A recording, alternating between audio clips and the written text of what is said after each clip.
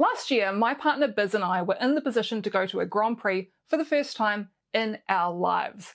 Something we've been wanting to do together for almost 20 years. Now for us, attending an F1 race is more than just hopping on a low-cost carrier for 50 to 100 bucks or grabbing a high-speed rail connection and making our way for cheap. Because we live here.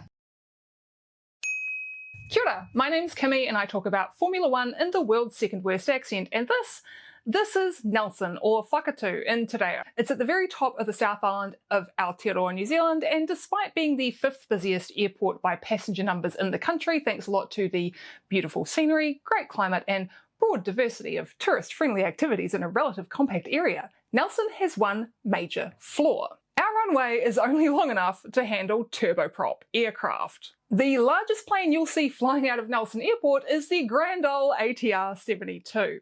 Side note, 5th busiest by passenger numbers, you can imagine how busy the single runway airport is by aircraft numbers when you take into account the most passengers disembarking any single plane is fewer than 70. So not only do we live in a country that's a minimum of a 3.5-hour flight to the nearest race, but we also have to do a domestic flight, or drive 5 hours, or drive 2 and ferry for 3 to get to the nearest international airport. We can fly an hour or so to Christchurch, or we can drive, which includes going over 3 mountain ranges, here, here and here.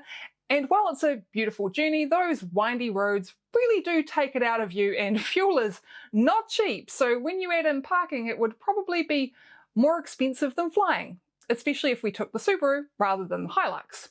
We can fly an hour and a half, depending on the wind direction, to Auckland, where we can go as far as New York on a direct flight, or we can transfer via Wellington, which takes about 25 minutes, however has far fewer international departures and only to South Pacific destinations. There's also Queenstown, but that's not really an option for a variety of reasons. Long story short, we have never transited in any airport other than Auckland.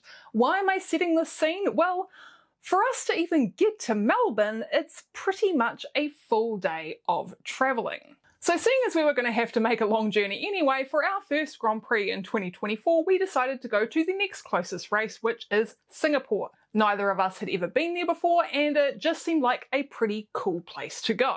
And just a couple of weeks ago, or less in fact, at the time of recording, it's March 2025, we attended the Australian Grand Prix in Melbourne. And trust me when I say, the weather was way worse than it looked on the tally. Now that I've been lucky enough to experience both of the nearest races to this particular very isolated corner of the globe, which one would I recommend if you're thinking of making the trip?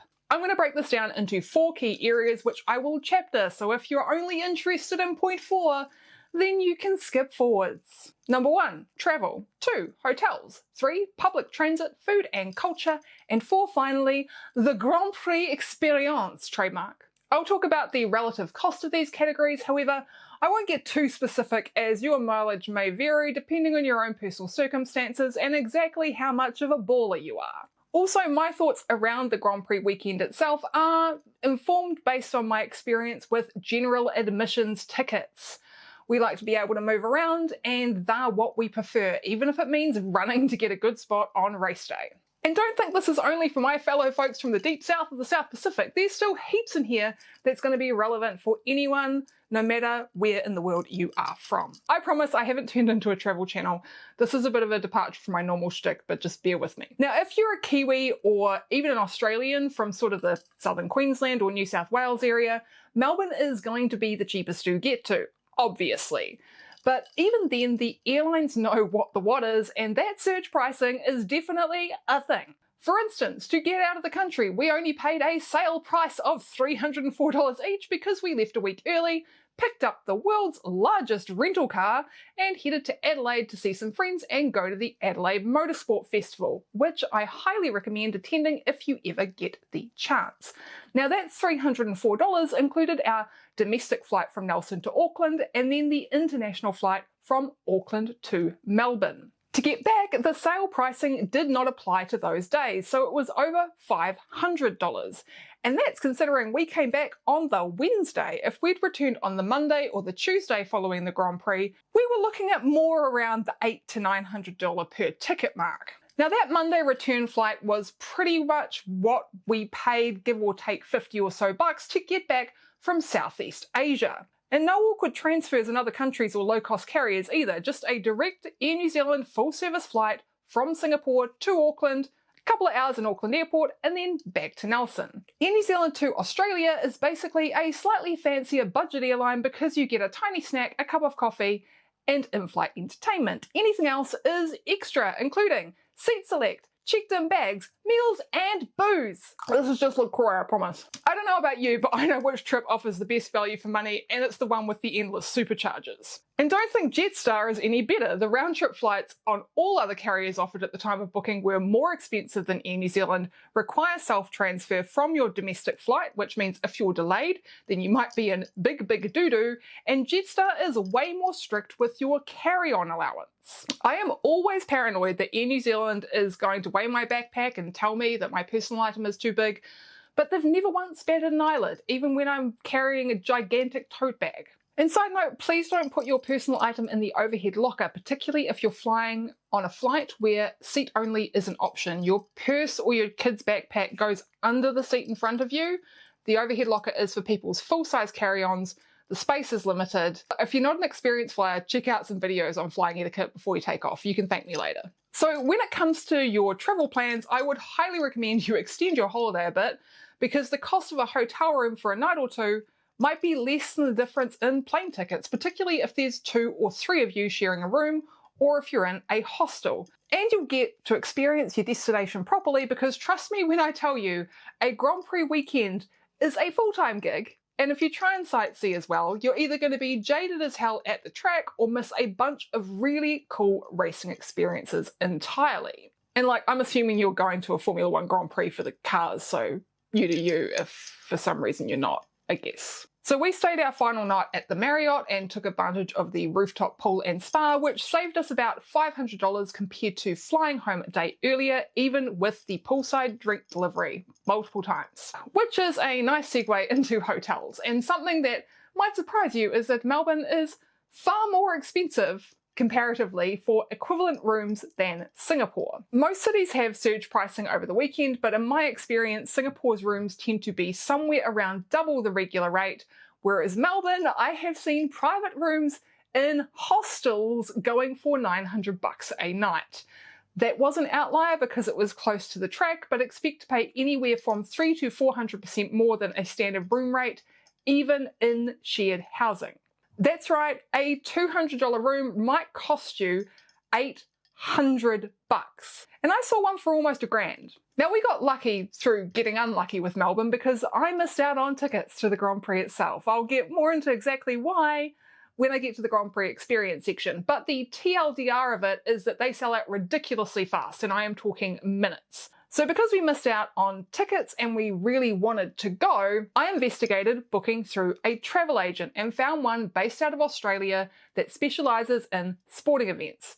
Now, I'm not going to link this agency because I don't want YouTube to think this video is sponsored. It's definitely not, by the way, but if you Google some word salad that vaguely fits the description, you'll probably find them. So we paid about $20 more or so for each of our 4-day GA passes, but we ended up saving a hell of a lot on the hotel room, and we weren't forced to stay somewhere a bit dodgier out of the way to avoid going bankrupt. We had a nice corner room in a 4-star hotel that was in a really great location in the middle of the city, and it was about $200 a night less than what I saw it advertised for when booking directly. It was also an official F1 hotel, so we were pouring our coffee next to some Haas team personnel at breakfast bright and early in the morning.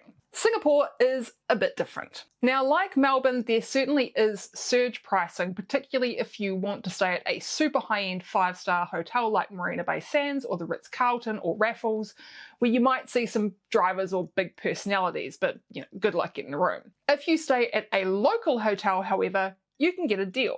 My recommendation is to look at some of the local or regional hotel chains like Life or Worldwide Hotels. Figure out the one that you're happy to pay the price for and also happy to stay in the room, which some of them, point number 2, you might not, I'll be real. And make sure to book a refundable stay. Singapore is one city where the closer you get to the Grand Prix weekend, the cheaper the stay rate gets sometimes. And if you're booking a long stay, which most hotels consider 7 nights or more, then you'll often get an even lower rate. sometimes up to 30%, but generally to get that really good deal you have to book directly through the official hotel booking page and be a member. Most hotels also have guaranteed lowest rates on their sites, so if you see something lower on Agoda or Booking.com, they will match it. Just remember to account for the fees those third-party sites tend to add. And then what you do is you just keep checking closer to the time. Go on Google Hotels and then rebook and cancel until you get the best deal. I think I ended up settling on our final hotel like 2 weeks out from our trip, and it cost me about 2/3 as much as it would have 3 months earlier. Just be aware that Asian hotel chains do tend to have very firm beds. They also have much smaller rooms than the big global brands, and I'm talking like 12 to 17 square meters here.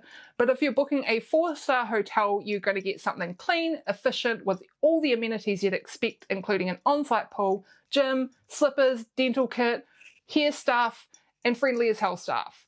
You might even find something with a balcony, which we splashed out for, and I'll tell you what, it was the best idea ever. Even in the heat and humidity of Singapore, being able to sit out on your balcony late at night with a beer, discussing the day and watching the city from afar, it's a really great experience. And speaking of experiences, how about other things you can do in Melbourne and Singapore other than just go to the vroom vrooms? I'll be honest here, I have a bit of bias because like Melbourne and Australia in general, as much as we don't like to admit it, is pretty similar to New Zealand. If you like going places that feel familiar and you're from Aotearoa or really just any other very westernized country, Melbourne might be more your style. It's a cool contemporary city with great food, shopping and vibrancy, but everything pretty much operates the same way you're probably used to. If, however, you enjoy something that feels a bit different than what you're used to, where you're forced to learn a few local customs and rules and love glitzy, ultra-modern cities that also have incredible, diverse, traditional areas, Singapore is the Grand Prix destination for you. Now, obviously, that doesn't apply to everyone. If you're from Asia, then chances are Singapore is just really expensive and has a lot of stuff that you can get at home. Kind of like Melbourne is for me, so like, flip it, I guess. Melbourne is kind of more compact in a way than Singapore, despite it being a sprawling city overall, and it tends to feel very crowded, particularly during the Grand Prix weekend. You will have to deal with crowds everywhere, however, this is partly due to it having a very centralised and defined central business district and the sheer numbers of people that attend the Melbourne Grand Prix. I mean, next year they're talking about potentially 500,000 in attendance over the course of the 4 days. I think Singapore is more like 190,000 over 3, and they're similar sized cities. Yes, a lot of the attendees are local in Australia, but it's still a hell of a lot of both international and domestic tourists, otherwise that surge pricing wouldn't be so redonkadonk. Public transport is easy in both cities. I think in Singapore, honestly, there is no point in getting an EasyLink card, which is Singapore's stored value card, unless you're going for like more than 2 weeks. You can just tag in and out of the MRT gates and buses with your credit card or your phone, and it only costs you like an extra 50 cents a day. Honestly, in the grand scheme of things, it's probably not worth getting a EasyLink card at all.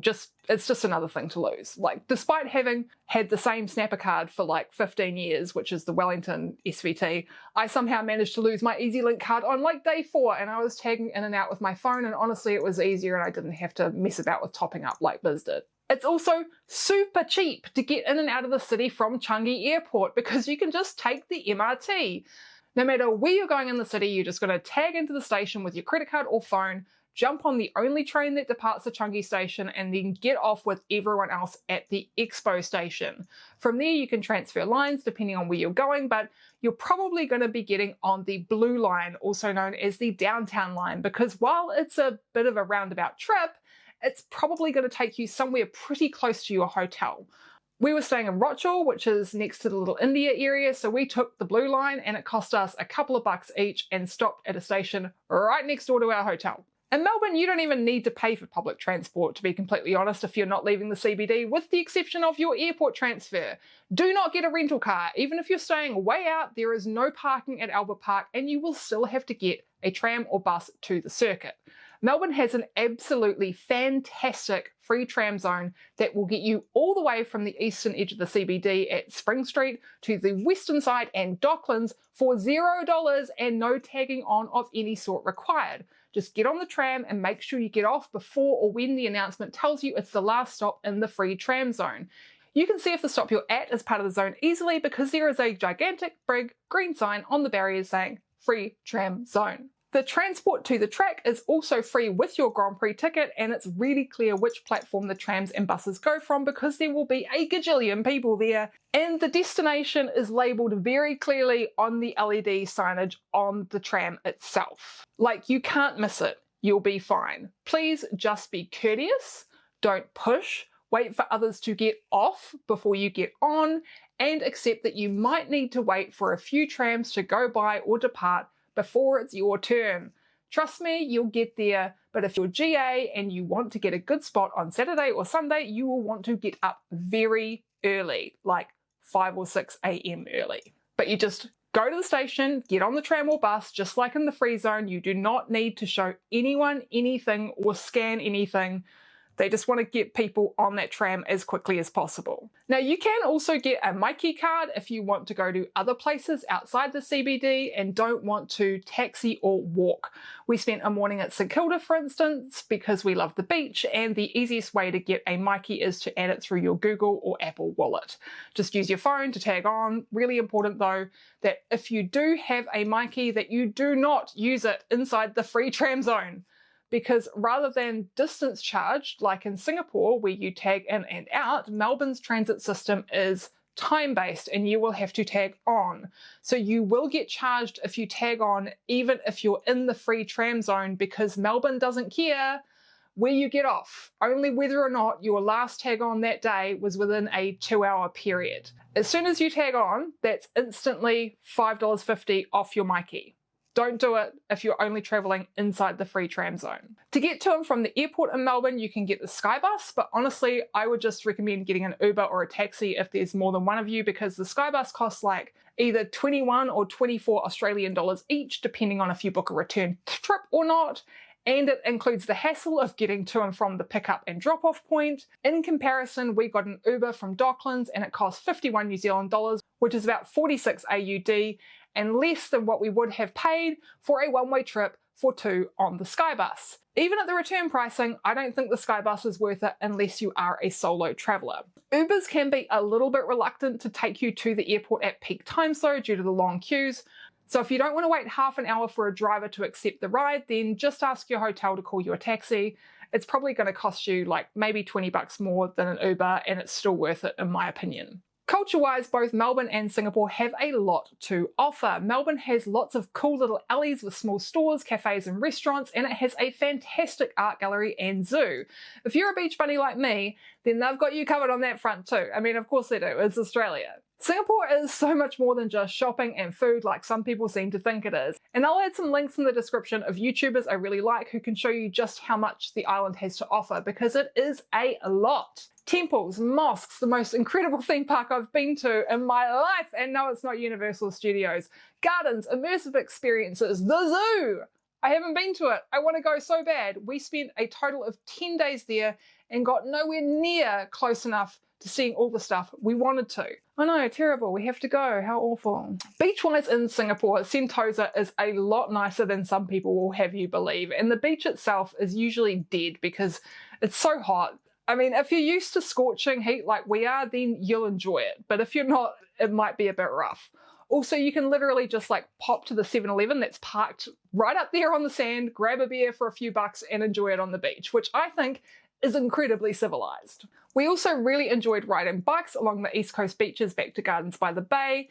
The East Coast beaches aren't swimmable, but it's a really pretty bike path and there's some cool views out to the container ships waiting to enter the harbour. A lot of container ships. It's actually kind of an awesome thing to see. I know it sounds weird, but trust me on this. Personally, I think Singapore has Melbourne beat on culture and activities hands down, but that's probably partially to do with coming from a country with a very similar culture as Australia. I'm not talking about Indigenous culture here, just like general vibes. Like, as I said, we hate to admit it, but we are pretty similar. Food-wise, your options are broad in both cities, but honestly, you can eat far cheaper and far better in Singapore than you can in Melbourne. There are some great small restaurants in Melbourne that aren't expensive, particularly if you lean towards Asian food like I do, but generally I find it overpriced, and unlike Singapore with its hawker centres, you are limited for cheap eats options. Like, you're going to be going to the 7-Eleven or the supermarket for an $8 sandwich, whereas in a Singaporean hawker centre you can get a whole plate of char kway teow for like $6. Alcohol is also famously expensive in Singapore, but honestly I think it's equally as bad in Melbourne. A 6-pack of average craft-ish beer like Cooper's in a liquor store, because you can't buy any alcohol in supermarkets or convenience stores in Melbourne, will set you back about 26 Australian dollars. You can get a 10-pack of Tiger in a supermarket in Singapore for about the same once you account for the exchange rate.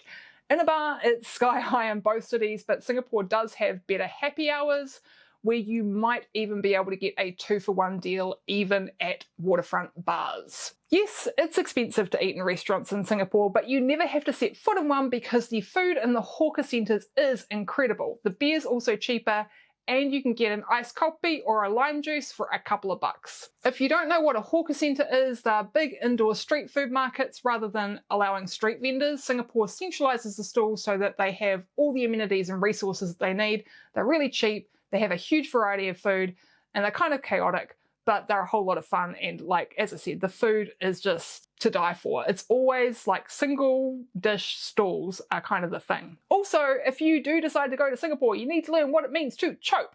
If there is something on an empty table in a hawker centre or busy food court, that means someone's reserved that table and has gone to find food. Don't be that dick who sits at a table with some tissues on it. Those tissues mean that table has been bagged. It's part of the culture. Also, like, eat your food and go. Don't linger. People want your table. These places are busy. Be respectful of everybody else around you. And speaking of busy, how about the Grand Prix itself? Whew. That's right, we're finally here, and I imagine a bunch of you have skipped to this timestamp. You missed out on a lot of good stuff. Firstly, I think it's important to compare attendance. The Singapore Grand Prix nowadays has around 190,000 attendees over the course of 3 days. Melbourne is more like 450,000 over 4 days. However, Thursday is relatively sparsely attended and only the hardcores tend to show up. I'll explain why you should not skip Thursday in a minute. While these are both street circuits, you probably already know that Melbourne is set in a park to the south of the central business district, and Singapore is set in the heart of the city. This means Singapore does tend to be a bit more cramped when it comes to getting from point to point. However, it still feels far less crowded than Melbourne. That's mostly due to the fact that the attractions inside the venue, such as the fan zone and activities, are far better laid out and have better exit routes. If you go to the fan zone in Melbourne, expect to be shuffling for about half an hour when the driver presentations end before you get to a point where the crowd opens up enough for you to have a better flow of traffic. It's also very crowded in the various activity zones throughout Albert Park, and you will be waiting in very long queues for most things on both quali and race days. Thursday and Friday, not so bad. Singapore is still very busy. The fan zone still goes off, but because it doesn't have the same bottleneck issue as Melbourne, it's much easier to move around, even if it feels cramped. The overpasses seem to move more efficiently. It's just better overall. When I heard the mention of Melbourne potentially hitting the $500,000 mark for attendees next year, I just cringed so hard, because I think the general admissions for that event is already fully oversold by at least 30%. I would much rather pay 50% more for a ticket if it wasn't so crowded, and I'm sure I'm not the only one. Now, one solid downside, or upside, is the case for myself, who loves hot weather, is both can get very hot and sweaty.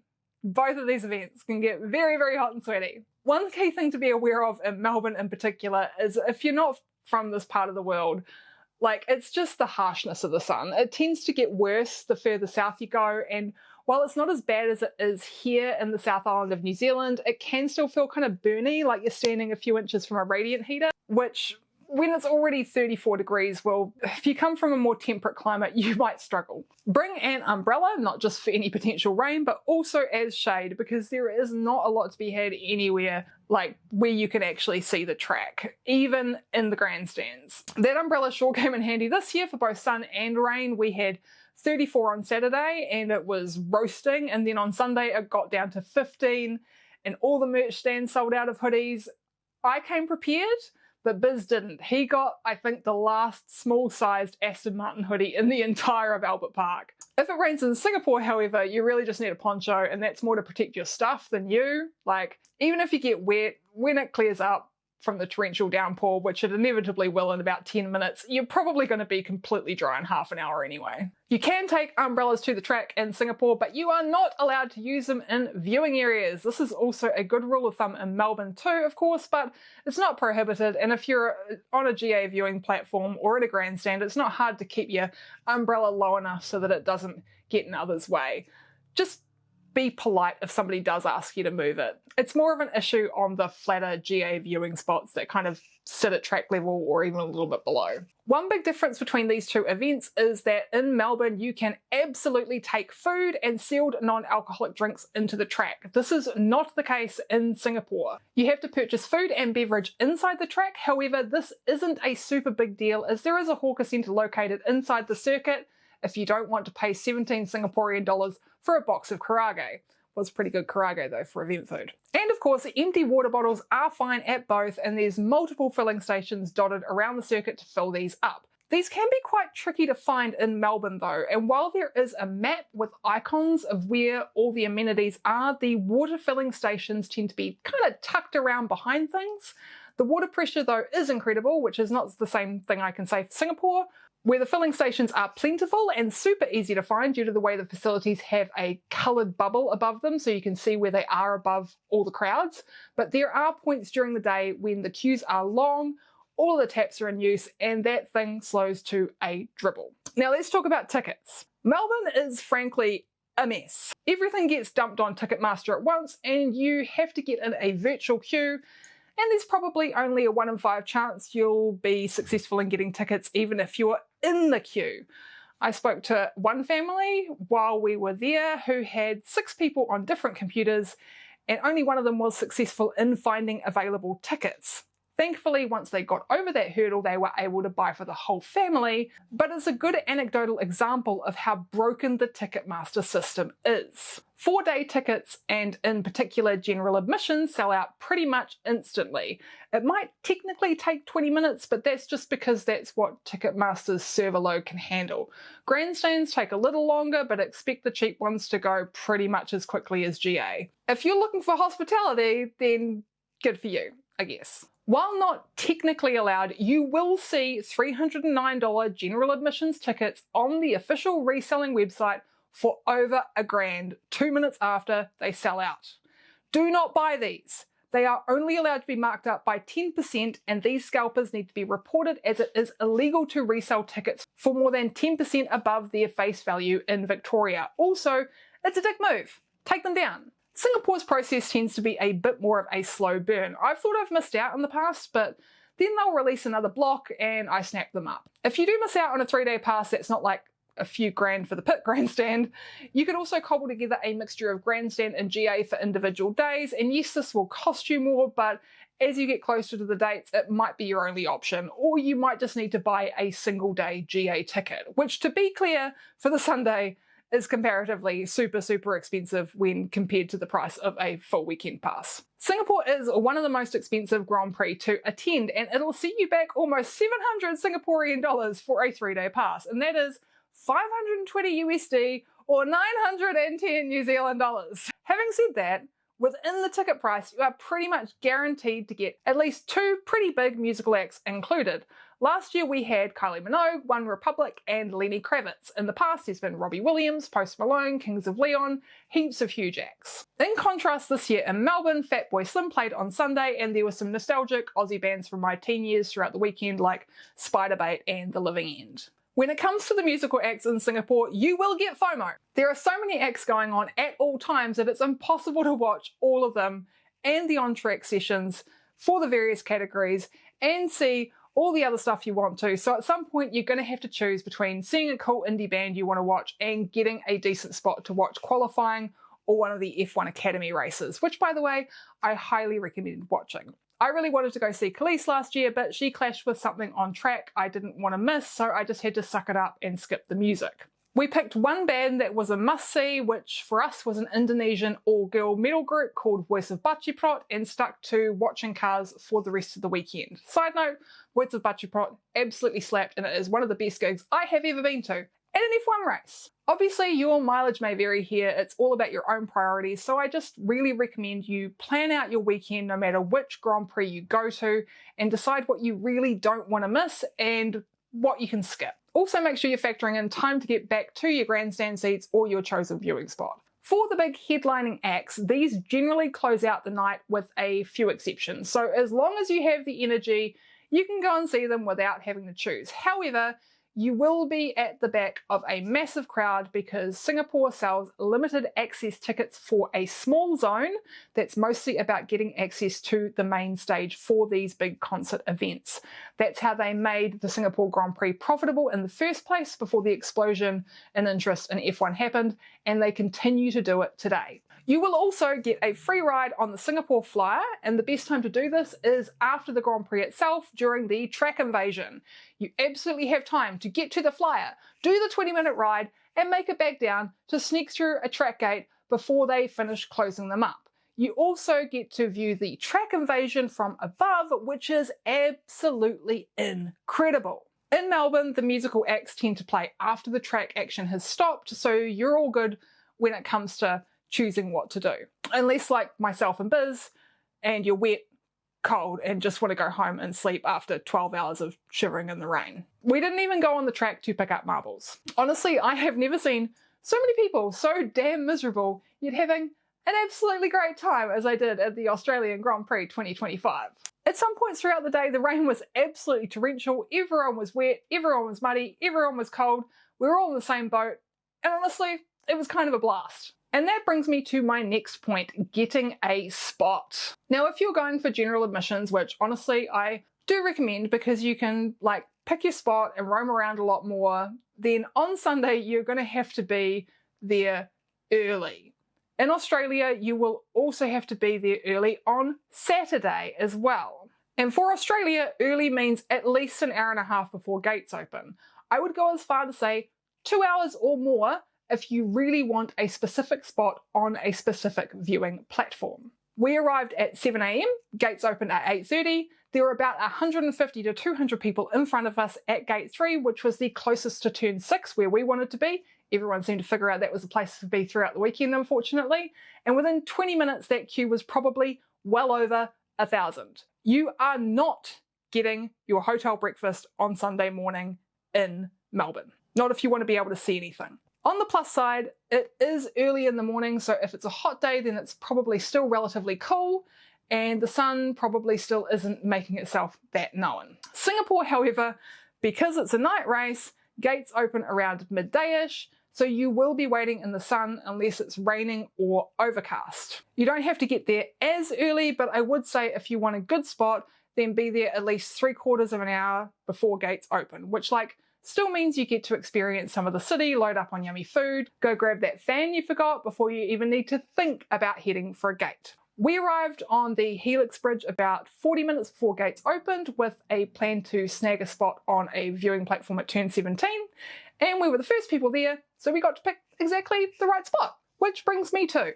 strategy, which is important for both events. If you have a multiple day pass, then the best thing you can do if you're general admissions is walk the entire track inside and out on Thursday in Australia or Friday in Singapore, so you can mark off all the spots you want to be for certain sessions, pick your alternatives, and check out where all the facilities are so you know how to get to them quickly. Singapore in particular can be a bit of a maze with a lot of crossing back and forth using overbridges or the underpass, which is the only air-conditioned spot inside track limits, by the way. So prepare yourself to walk a lot and get very, very hot and sweaty. That's kind of good advice in general for any Grand Prix, but these tracks in particular, being street tracks, mean there's limited viewing spots for GA, and you really want to know where you're going to actually be able to see, because something might look good on paper, but in Australia in particular, that awesome spot might actually be below the level of the track. No jokes, you can't see nothing. One thing Singapore has a slam dunk win over Melbourne with is proximity to the track. In Melbourne, the spectator barriers tend to be about 5 to 10 or even more meters back from the concrete and catch fences, whereas in Singapore you could easily be a couple of meters away. This is probably a lot to do with Singapore's tighter quarters, but if you really want to get up close and personal with an F1 car, you really can't go past it. Park up at pit exit for one of the practice sessions. It is awesome. If you want to take a chair, you're all good in Melbourne, although bring one with you because Kmart and Big W will be sold out for the week beforehand, literally every single store in the entirety of Greater Melbourne. But Singapore, it's a hard no, you can't take a chair. Personally, while I like the idea of being able to sit more comfortably, I think the proliferation of camp chairs in Melbourne kind of ruined a bit of the experience because it made it really hard to get out from the viewing platforms and also limited the number of people who could get on them in the first place. I felt really bad for some people because they just were taken up by chairs. And I know Aussies will probably riot if they're banned, but honestly, I think they should be. Organisation-wise, I've already touched on this, but I think Melbourne has a few big red flags that need to be resolved. One is the clear overselling of general admissions without good thoroughfares and elevated viewing spots. It was so difficult to get out of the fan zone after the drivers got off the stage that it was legitimately dangerous. And we didn't go to the one with Lewis and Charles. If something terrible had happened, that would have been a slam dunk crush and people would have died. They also need to work on their marking for various facilities and take a leaf out of the Singaporean handbook by having large tall signs that stand above the crowds and stalls so that you can see exactly where things like water and SunSmart stations are. Especially if every time there's a lull in the action, the track commentators are reminding you to keep hydrated and sunscreened up. Cool, where do I find it? On Thursday, Friday and Saturday, the main thoroughfares were incredibly dusty, and by the time we got through the gates on Sunday, that dust had turned into slippery, dangerous mud. While there is wood chip in some parts of the park, this wasn't the case in any of the areas we were on Sunday, and it was hazardous. Biz watched one guy fall on his ass twice in the space of 30 seconds. They also need to bring in more and higher viewing platforms for GA, particularly considering a lot of the theoretical good spots are below track level. In Singapore, some GA platforms are 8 or even more levels high, and this is because they're the stage type temporary construction. In Melbourne, they're concrete, which is less slippery, but it also means nothing is higher than 3 tiers. Melbourne also needs to bring in more screens because you basically have the trade-off option of getting a spot on a good corner with no screen or just maybe being able to see it from the side, or getting a spot on a straight, or where you can hardly see anything because of the viewing angle, but you have access to a screen. We didn't have this issue at any part of the track in Singapore. Yes, there are spots you can't see a screen, but generally those aren't very good viewing positions anyway. When it comes to access, Melbourne general admissions is 1 ticket and all one big zone, whereas Singapore, you can buy a pass for all of the 4 zones that they have the circuit divided into, or as I already mentioned, you can buy one for Zone 4 only, which gives you access to the main stage and viewing spots within Zone 4. These viewing spots include huge general admissions viewing platforms that are almost as high as some of the grandstands. And then there's the most important question, how much is a beer? In Singapore, it's 17 Singaporean dollars for 500ml of Heineken. In Melbourne, it was $12 Australian for, I think, it was a 335ml can. So yes, Singapore is more expensive, even when you factor in the larger drink size. Now, I'm not going to tell you which race I think you should go to because I think, as I said earlier, this is very much about who you are as a person, how you like to travel, and what your priorities are when it comes to an F1 race. I think you can probably tell based on this video, though, which one I would go back to again and again, and which one I recommend. My friend James does this thing where he rates films on a binary scale. 1 means it's enjoyable and probably rewatchable, 0 means it's not worth watching. And I'm going to take some inspiration from that and rate these 2 events based on whether or not I would pay money to attend them again. Melbourne, I'm sorry, but you're getting a 0. While I had a really great time, I think that for an event that's been going for close to 30 years, you really need to work on refining a lot of stuff.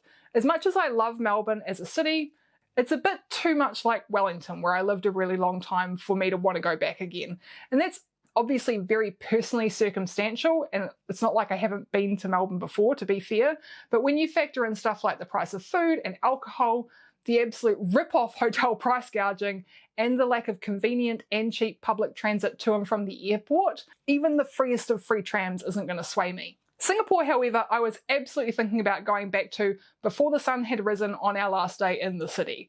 The Grand Prix weekend itself is so exceptionally well organised, with ushers everywhere to get you where you're going or answer questions, and the balloony bubble things that help you find stuff like water and toilets, and a hawker centre inside the gates to give you a massive amount of food options, and in general far less brutal crowds. Singapore definitely takes the checkered flag a long way ahead in my book. So that's my incredibly long video on the 2 F1 races closest to Aotearoa. If you enjoyed it, please make sure that you give this video a like and take a look at some of my other videos which are far more specific to F1, and think about subscribing to my channel. And if you have friends who are thinking about attending an F1 race, then maybe send this to them too. That would be cool. Anyway, I'm off to draw up a budget and see if I can save up enough cash before September to go back to Singapore. Wish me luck.